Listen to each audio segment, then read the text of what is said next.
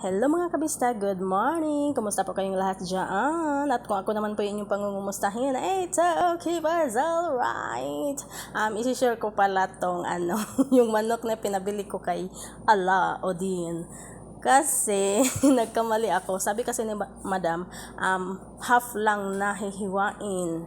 Isang hiwa lang talaga, sabi niya. Ayun, nagkamali ako. Naging 4 yung hiwa. Kaya tapos wala namang walang ibang walang ibang dito manok.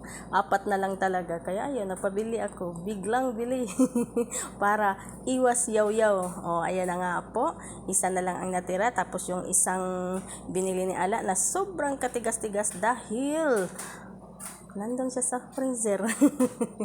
At ayan na nga po, maghiwa-hiwa na po ako. Preparing for, sama na siya preparing for, ulam para sa mga anak niya doon sa esteraha. Ayun. At ayan na nga po. Yan lang po ang isi-share ko po ngayon. Dahil nagkamali. Ito talagang pag may problema tayo, no? Hindi talaga maiwasan na magkamali tayo sa trabaho. Dahil ay hindi man din maiwasan na hindi natin isipin yung problema natin, no? Pero yung problema naman na hindi sobrang kalalim, pero kung iisipin mo, malalim talaga. Ay, nako. Ayan na nga po. Hiwa-hiwa. At yan lang po ang hihugas ko sa sa manok, yung paglilinis.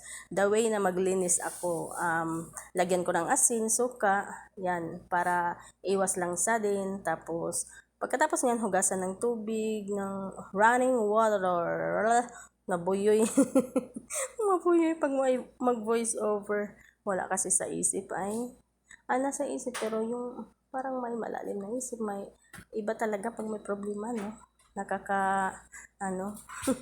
Ayan na nga po. Pokpok ng pokpok. Minartilyo ko na dahil ang ice ay sobrang tigas. Galing kasi siya sa freezer nung binili doon sa Bakala ni Ala. Bakala means tindahan dito sa Saudi. At ayan na nga po, tapos na po tayo lahat. At lagyan na po natin siya ng Glad. Glad as in cling film. Iwan ko bakit Glad ang pinangalan ni Madam. Siguro Arabic yan. At ayan na nga po. Takip-takipan na po natin dahil ay i-ready na po natin yan. At ilagay na po natin sa ref bago bago dalhin sa esteraha. At hanggang dito lang po. Salamat sa panonood at pakikinig. Bye-bye. God bless ating lahat.